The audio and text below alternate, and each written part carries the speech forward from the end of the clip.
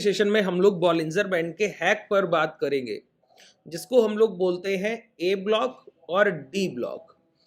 एक एक पॉइंट को समझने की कोशिश करेंगे और देखेंगे कि किस तरीके से ये परफेक्टली आपको कोई भी ट्रेड नेगेटिव में नहीं जाने देता है। कोई भी ट्रेड आप एग्जीक्यूट करेंगे ना, तो वहां पर आपके लॉसेस की पॉसिबिलिटी ना के बराबर है। इस तरीके के प्राइजेशन को हम लोग ट्रेड करने वाले हैं।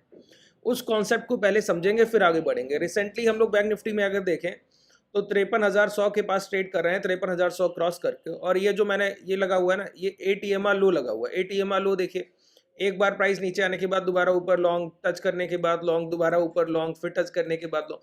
तो एटीएमआर लो से ये डिमांड उठती है। ठीक है, एटीएमआर लो आगे के सेशंस में समझाऊंगा जब प्राइस में। अब ट्रेंड हम लोग अभी बस शुरुआत कर रहे हैं। जैसे जैसे प्राइस में डिमांड उठती जाएगी वैसे मैं एटीएमआर लो के सेशंस आपके लिए करूंगा आगे आने वाले समय पे। सबसे पहले अभी कई लोग पूछ रहे हैं कि ये प्राइस कब तक मूवमेंट, जब तक 2 घंटे के टाइम फ्रेम पर बॉलिंजर बैंड के अपर बैंड के अंदर की क्लोजिंग नहीं मिलती तब तक मोमेंटम कैरी ऑन रहेगा। मैं आपको दिखाऊं, बॉलिंजर बैंड लगे 2 घंटे के टाइम फ्रेम पर जब तक अपर बैंड के अंदर की क्लोजिंग नहीं आएगी तब तक मोमेंटम कैरी ऑन रहता है। 2 घंटे का टाइम फ्रेम ये रहा सर, इसके अपर ये पहली क्लोजिंग मिलने जा रही, तो जब तक इसके अंदर अब क्लोजिंग नहीं आएगी तब तक मोमेंटम कैरी ऑन रहता है। ठीक है, ये ट्रेंड का आइडेंटिफिकेशन है कि कब तक मोमेंटम में आप रहेंगे और कब तक ट्रेंड के साथ near by swing low by किया जाए या डिमांड स्विंग हाई ब्रेक होने के बाद लॉन्ग किया जाए। उसके लिए एक आइडेंटिफिकेशन है, पहचान है कि तब तक लॉन्ग करते रहिए जब तक 2 घंटे के टाइम फ्रेम पर इस अपर बैंड के अंदर ये कैंडल एक प्रॉपर क्लोज ना कर जाए, तब तक लॉन्ग की पोजीशन चलती रहती है। और ये बार बार है, जैसे यहाँ पर देखिए लोअर बैंड ब्रेक किया तो ये मोमेंटम तब तक चला जब तक एक कैंडल अंदर आके क्लोज नहीं हो गई। एक कैंडल अंदर आकर यहाँ क्लोज हो गई, फिर ये लो ब्रेक नहीं हुए। ठीक है, ये बार बार होता है 2 घंटे के टाइम फ्रेम पे। आगे के सेशंस में ये भी कॉन्सेप्ट मैं आपको समझाऊंगा। अब पहले बात करते हैं बॉलिंजर बैंड के हैक पर कि बॉलिंजर बैंड का हैक है क्या, काम कैसे करता है। देखिए, एक बात समझिए, मैंने आपको बताया कि जब एक्यूमुलेशन यानी कि खरीदारी चल रही होगी, बाइंग चल रही होगी, तो बाइंग के टाइम पर प्राइस में बॉलिंजर बैंड की तीनों लाइनें एक पैरेलल लाइन में आ जाएंगी और ये समानांतर होकर ट्रेड करेंगी। ऐसे टाइम पर हम लोग या तो बाइंग या सेलिंग, एक्यूमुलेशन या डिस्ट्रीब्यूशन, ये कुछ ना कुछ चल रहा होगा उस टाइम पर। जब भी तीनों लाइन पैरेलल हो जाएंगी, इसको हम कहते हैं बॉलिंजर बैंड का संकुचन। मैंने कई बार आपको ये बात बता दी। दूसरा पॉइंट मैंने आपको बताया कि बॉलिंजर बैंड की तीनों लाइनों में जब भी डिफरेंस बढ़ने लगे, अब इस तरीके की ये लाइनें हो जाएं सर, ठीक है, इस तरीके की ये लाइनें ओपन होने लगे, तो ये क्या है, बॉलिंजर बैंड में जो स्क्वीज था, संकुचन था, अब वो कम होकर क्या हो रहा है, एक्सटेंशन हो रहा है। अब ये एक्सटेंशन का मतलब है कि जो भी इंपैक्ट ऑफ डिमांड या इंपैक्ट ऑफ सप्लाई, अगर इंपैक्ट ऑफ डिमांड रहा होगा तो बॉलिंजर बैंड का हाई ब्रेक कर हायर हाइस के फॉर्मेशन को ट्रेड करेगा। अगर इंपैक्ट ऑफ सप्लाई रहा होगा तो बॉलिंजर बैंड का लो ब्रेक कर लोअर लोज को ट्रेड करेगा। तो उस टाइम पर जब बॉलिंजर बैंड का एक्सटेंशन चल रहा हो और उस टाइम पर कोई एक्यूमुलेशन ब्लॉक या डिस्ट्रीब्यूशन ब्लॉक बन जाए, तो वो आपके लिए 100% कंफर्मेशन होता है प्रॉफिट का। अब इस पॉइंट को समझिए, ये एक्यूमुलेशन ब्लॉक या डिस्ट्रीब्यूशन ब्लॉक क्या है। देखिए, जब भी अपर बैंड और लोअर बैंड एक्सटेंड करते हैं ना, तो उस टाइम पर SD+2, स्टैंडर्ड डेविएशन +2 और स्टैंडर्ड डेविएशन -2, ये जो आपके दो कॉन्सेप्ट है कि अपर बैंड और लोअर बैंड, तो प्राइस उतनी ही अंदाजन डिमांड उठाएगा, या तो अपर बैंड तक चलकर जाए या लोअर बैंड तक चलकर जाए। ठीक है, ये कब होगा, जब एक्सटेंशन हो चुका होगा। और जब एक्सटेंशन नहीं हुआ होगा तब अपर ये तीनों बैंड्स के बीच की डिस्टेंस बहुत कम होगी, मिडिल, अपर और लोअर बैंड के बीच की डिस्टेंस बहुत कम होगी। उस टाइम पर प्राइस अपर बैंड को ब्रेक करके या लोअर बैंड को ब्रेक कर वहीं से डिमांड उठाते हुए या लोअर बैंड से सप्लाई उठाते हुए चलता है। ठीक है, लेकिन जब एक्सटेंशन हो चुका हो, जब प्राइस में तीनों बैंड्स के बीच एक पर्याप्त दूरी हो, उस टाइम पर अगर कोई कैंडल जाकर अपर बैंड को ब्रेक कर दे, तो ये कोई एक्यूमुलेशन का टाइम तो था नहीं। एक्यूमुलेशन का टाइम कौन सा है, जब तीनों लाइंस पैरेलल है। बात क्लियर हुआ। डिस्ट्रीब्यूशन का टाइम कौन सा है, जब तीनों लाइंस पैरेलल है या प्राइस अपने टॉप को टच करके गिर रहा है, अपर बैंड को टच करके गिर रहा है। दो कॉन्सेप्ट होते हैं। अब यहीं पर मैं आपको समझा रहा हूं कि ऐसे टाइम पर जब एक्सटेंशन हो चुका हो, प्राइस का एक मोमेंटम ओवर हो गया हो, पैरेलल लाइन बनने के बाद एक एक्सटेंशन हुआ हो और एक्सटेंशन के बाद मोमेंटम भी ओवर हो गया हो, उस टाइम पर क्या करे, प्राइस एक तेजी से गिरावट करे और एक लोअर बैंड के नीचे एक ऐसा कैंडल बनाए जो लोअर बैंड से ना तो सप्लाई उठा रहा हो ना डिमांड उठा रहा हो, कुछ नहीं। उस कैंडल में बस इतना दिखना चाहिए कि उसकी क्लोजिंग, ओपन, हाई, लो, उसमें से कम 3 एस्पेक्ट इस कैंडल के लोअर बैंड को टच नहीं करने चाहिए। दूसरा पॉइंट, अगर अपर बैंड पर बना है तो ओपन, हाई, लो, क्लोज में से कम 3 एस्पेक्ट इस अपर बैंड को टच नहीं करने चाहिए। अगर ऐसी किसी भी कैंडल का फॉर्मेशन होता है, अच्छा OHLC अगर चारों के चारों एस्पेक्ट कैंडल के नहीं टच कर रहे हैं तो और बढ़िया, तो हमारे लिए और बेहतर है, ठीक है। अगर चारों के चारों एस्पेक्ट नहीं टच करें तो हमारे लिए और बेहतर है सर। बात क्लियर हुआ? तो ऐसे टाइम पर जब इस तरीके से कम 3 एस्पेक्ट कैंडल के टच नहीं करने चाहिए अपर बैंड और लोअर बैंड को, और अपर बैंड के ऊपर की क्लोजिंग होनी चाहिए या लोअर बैंड के नीचे की क्लोजिंग होनी चाहिए। बात क्लियर हुआ? अब मैं समराइज कर रहा हूं, बहुत ध्यान से सुनिएगा, कोई डाउट नहीं होना चाहिए।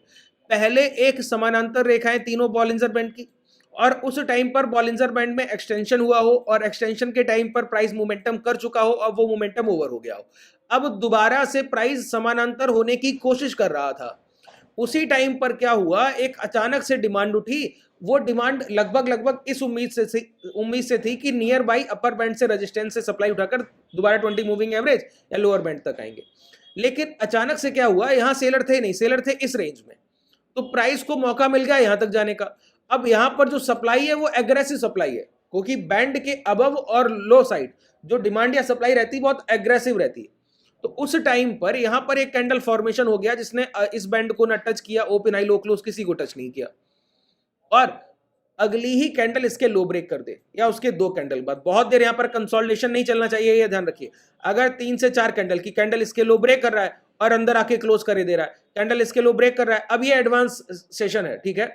तो पहले बेसिक को समझ लेते हैं, फिर मैं आपको बताऊंगा कि कौन सी ट्रेड एग्जीक्यूट करनी है और कौन सी नहीं करनी है। तो आपकी जो गलतियां होंगी वो तो कभी होंगी नहीं उसके बाद, ठीक है। तो एक एक पॉइंट पे चलते हैं। सबसे पहले बॉलिंजर बैंड को लगा लिया जाए। सबसे पहले बॉलिंजर बैंड को लगाइए। अच्छा, सबसे पहले हम इसको एग्जीक्यूट करने की कोशिश करेंगे 15 मिनट के टाइम फ्रेम पर। 10 मिनट के टाइम फ्रेम पर मोमेंटम ट्रैकिंग, जैसे आज मॉर्निंग का मोमेंटम। अब आप बोलेंगे कैसे सर? देखिए, मॉर्निंग का आज ही का मोमेंटम है, आपको देखो। पहली कैंडल ये क्लोज किया, अब ये तीनों लाइनों के बीच डिस्टेंस कम था, ये एक्सटेंशन हो चुका था, ये स्क्वीज था। स्क्वीज के बाद ये एक कैंडल ने ब्रेक किया, यहाँ पे मोमेंटम को राइड करते हुए यहाँ तक पहुंच गए। बात क्लियर हो रहा है? इस तरीके से आपको ट्रेड को राइड करना, एटीएम हाई लगा के। एटीएम हाई यहां पर नहीं लगा, एटीएम हाई लगा के इस तरीके से ट्रेंड को राइड करना होता है, समझ लीजिए बातों को, ठीक है। अब मैंने क्या कहा, 15 मिनट के टाइम फ्रेम पर बॉलिंजर बैंड का ब्लॉक देखेंगे। बॉलिंजर बैंड का ब्लॉक मतलब ए ब्लॉक हम किसको कह रहे हैं? अगर अपर बैंड के ऊपर कोई कैंडल ऐसा क्लोज किया तो वो है एक्यूमुलेशन ब्लॉक, की एक्यूमुलेशन चल रहा था, अब उसका ब्लॉक बन गया। अगर लोअर बैंड के नीचे कोई कैंडल क्लोज किया तो उसको हम बोलते हैं डी ब्लॉक, डिस्ट्रीब्यूशन ब्लॉक। तो वहां से प्राइस अब दोबारा हायर साइड, कम से कम अपर बैंड तक, यहां से कम लोअर बैंड तक, कभी कभी तो लोअर बैंड को ब्रेक करके भी निकल जाता है सर। मैं आपको दिखाऊं, एक एक पॉइंट को समझिए। देखिए, यही होता है सर, चीजों को समझने की कोशिश तो कीजिए। यहां पर देखिए, यहां पर पहले एक मोमेंटम आया, मोमेंटम के बाद अब तीनों लाइनें पैरेलल हो गई, अपर, मिडिल और लोअर तीनों पैरेलल हो गई। तो बैंड में क्या हुआ, एक एक्यूमुलेशन या डिस्ट्रीब्यूशन चल रहा होगा, पता लगा एक्यूमुलेशन था, एक कैंडल क्लोज किया, higher rise, higher rise, higher rise. अब वहां से रिवर्सल की शुरुआत हुई। रिवर्सल का मतलब हुआ कि जो यहां पर इंपैक्ट ऑफ डिमांड था वो यहां खत्म हो गया। अब प्राइस दोबारा से इसी सिनेरियो में है कि ये जो बैंड में एक्सटेंशन आया था, अब इस एक्सटेंशन को दोबारा खत्म किया जाए। जैसे यहां एक्सटेंशन आया, इसको खत्म किया गया, अब दोबारा एक्सटेंशन आया, इसको खत्म किया जाए। लेकिन हुआ क्या, उसके पहले बॉलिंजर बैंड एक्सटेंड बना ही रहा और दोबारा से हाई ब्रेक हो गए सर। और दोबारा से हाई ब्रेक होते टाइम क्या हुआ, एक कैंडल अपर साइड देखिए, ओपन, हाई, लो, क्लोज, एक भी पॉइंट टच कर रहा हो इस कैंडल को तो बताइए।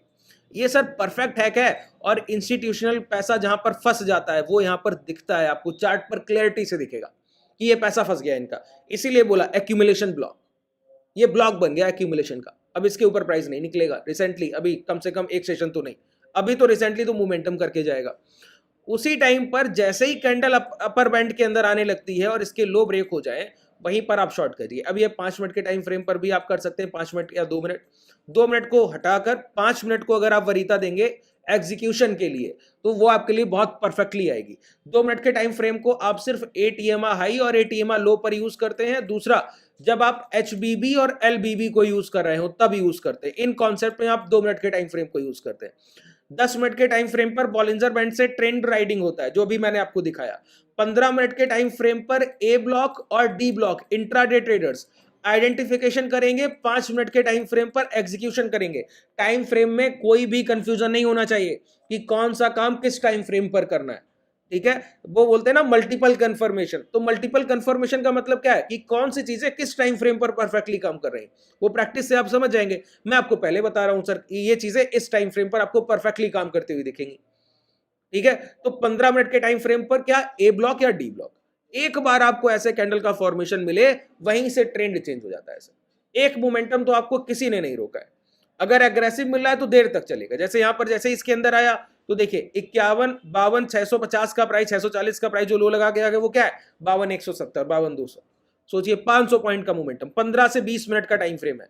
और उसके बाद के लो, ये तो मैं एक मोमेंटम आपको बता रहा हूं, उसके बाद के लो ये एक ही मोमेंटम लीजिए, बस लोअर को टच किया निकल जाइए, बहुत देर तक पोजीशन को होल्ड नहीं करना है।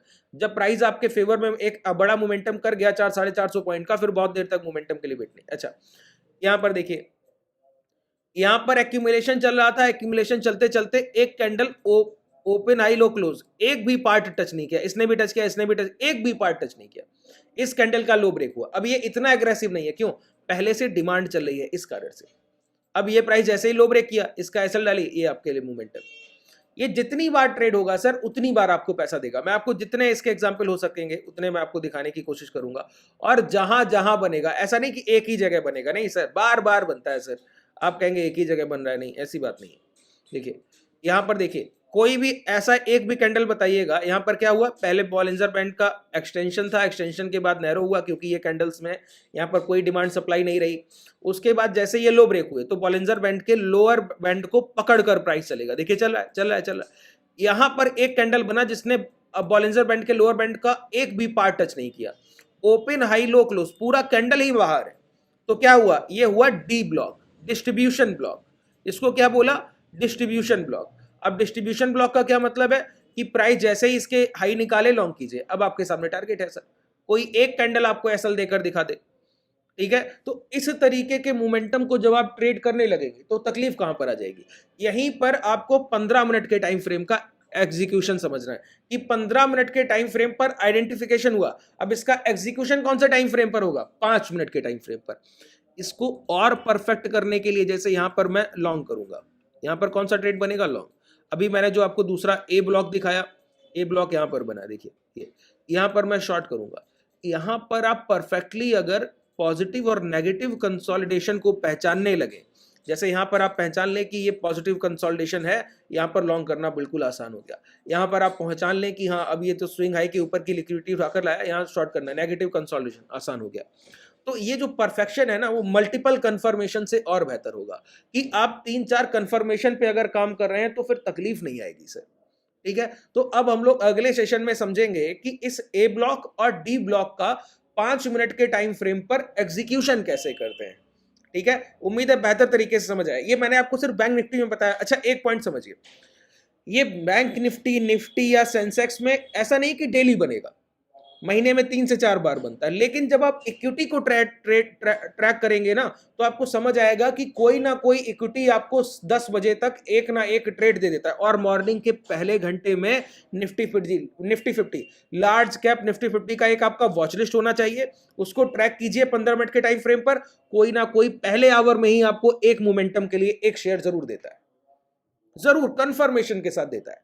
वो 50 शेयर्स का एक लिस्ट बना लीजिए, वॉच लिस्ट, और उसको रखिए। ऐसे ही ट्रेड करते हैं सर इक्विटी। अच्छा जो लोग इक्विटी ट्रेड करते हैं, कहते हैं मेरे पास फंड कम है, पैसा कम है, तो उसके लिए मैंने आपको बताया कि आप इक्विटी में अपनी पोजीशंस ले सकते हैं। उसके लिए 5x का मार्जिन, और वो भी कैरी फॉरवर्ड, कि आज पोजीशन लीजिए, ये नहीं इंट्राडे में रखना है, नहीं, 3 महीने तक होल्ड कीजिए, 3 महीने के बाद पोजीशन को रिवर्स करके दोबारा खरीद लीजिए। अगले 3 महीने क्वार्टरली सेटलमेंट करता है सेबी, इस वजह से ऐसा करना पड़ता है। 3-3 महीने के टाइम पीरियड में आप जितने समय तक चाहें, साल, 2 साल, 4 साल होल्ड कर सकते हैं, और 5x मार्जिन के साथ, ठीक है। उसके लिए मोतीलाल ओसवाल के डीमेट का लिंक डिस्क्रिप्शन में है, वो आप ओपन कर सकते हैं अपना इक्विटी की ट्रेडिंग के लिए। चलिए, कोई डाउट रह गया हो तो नीचे कमेंट सेक्शन में बताइएगा। अगर आप हमसे जुड़ना चाहें तो डिस्क्रिप्शन में टेलीग्राम व्हाट्सएप कम्युनिटी का भी लिंक है, और उसके साथ ही एप्लीकेशन का भी लिंक है, जो जिससे डायरेक्टली आप क्लासेस में आना चाहें, अगर आना चाहें तो ठीक है। धन्यवाद।